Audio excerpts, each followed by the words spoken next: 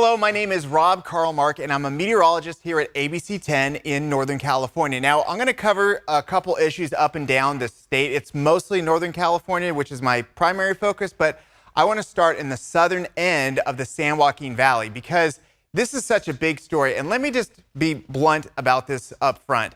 A lot of these big stories start off somewhere in the numbers, somewhere in the data, and this doesn't look all that remarkable. You can kind of tell something's going on here that's not normal, but let me break this down and why this is so important. This is taking a look at the Tulare Basin, so you're looking at the southern end of the San Joaquin Valley, basically right around, it's going to be south of Fresno, near the Bakersfield area, Kettleman City, if you've ever been there. A lot of people on I-5 near the In-N-Out. Just off to the east of that is this huge dry lake bed, and it's been dry for more than 100 years. But the point is that there's a lot of water that was basically the end of the line for rain and also for snowmelt. And this is the situation going forward here. We've got a lot of water in the reservoirs already, and they're smaller reservoirs with some flood protection, but not a whole lot. Then you take a look at the snowpack. The Southern Sierra can have some really big snow years, and that's exactly what we're looking at right now. So you typically hit your peak snowpack right around here in April and May. That's what those letters represent. And then as it starts to melt, you see the reservoirs, they start to come up.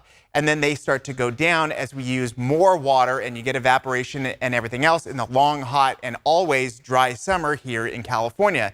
Here's the situation, folks. This is where we are. And by the way, this is a few days old. This is actually going to be higher because in places like Mammoth, they got 2 to 3 feet of additional snow across the whole basin. This is continuing to go up. The disconnect is this. Just imagine how much longer it's going to take all of that water to work its way through the system.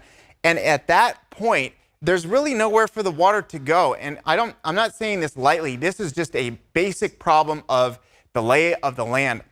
In this section of the Southern Sierra, you've got all these big rivers, the King River, Kaweah, we've got a whole bunch, and they all end up roughly in this zone. Now, a lot of it is used and diverted for agriculture. That makes a lot of sense. Some of the most profitable crops in the world are grown right here in the southern end of the San Joaquin Valley.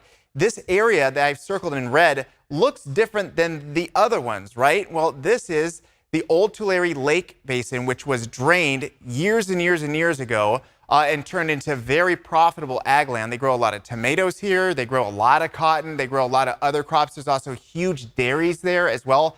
A lot of money made in this area. The problem is that we've got so much water coming in. This is a natural sink and the end of the line. So once water gets in there, by way of flooding, it takes a long time for it to get out because it does not really connect with the San Joaquin River, which would take all that flood water and move it north to the bay and then out to sea. So this is an ongoing problem I think everybody should be aware of. We're already seeing early flooding. I think it's going to get worse. What I'm hearing around here in Northern California is I am so over it. Now, this is people writing to me on Facebook, on Twitter. This is people at school pickup. This is my wife.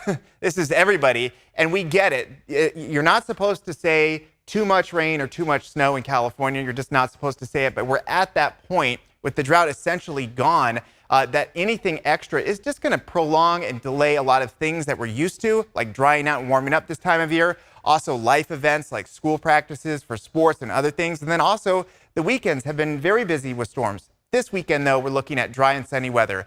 The long-term outlook, though, is I think we're going to be cooler for the next 7 to 10 days and likely wetter than normal for the next 7 to 10 days once you add in Southern California's issues. So this is what we're looking at today. I'm taping this on Wednesday at 10 o'clock in the morning. So we have yet another big, strong storm that has low pressure, lots of moisture. It's also very cold as well. So what we're dealing with through the day is on and off showers, some of those heavy. Then we might get a break. Within that break, the sky's clear for a little bit. Then you get that uneven warming convection, big white puffy clouds, which turn into thunderstorms. Lots of rain in Southern California today and more Sierra snow for our local area. But in the Southern California mountains, they've been hammered by snow. They're going to have another couple stormy days with several feet of snow for places like Big Bear, Arrowhead, and other spots, Mount Baldy as well. What we're looking at locally wind-wise is winds breezy today, but then it starts to make that switch out of the northwest. And that really is important because that tells you that we're moving out of one system and it's a drying process. So what we're going to have today is scattered showers,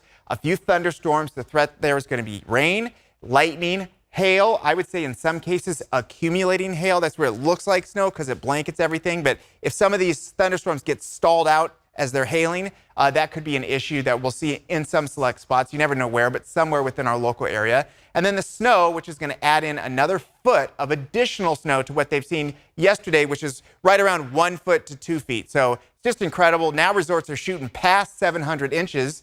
And Mammoth just today reported their all-time snowiest season as of the morning, 695 inches of snow, and easily they're going to go past 700 at some point today. By the way, it's almost 900 at the summit. With that said, we've got somewhat dry weather for the next several days. And I say somewhat just because I do think we're going to have daily fluctuations in the mountains with convective light snow showers. And before I show you the 10-day forecast, again, this is for Northern California valleys. Yesterday we were in the 50s. We're supposed to be on average somewhere in the upper 60s. We can be in the 80s, but guess where we're going to be? Yeah, we're going to be cooler than normal even though we're warming up. 50s today with rain, snow, and thunderstorms. Tomorrow we're drying out, but we remain somewhat cool in the low 60s, and then 50s and 60s next week.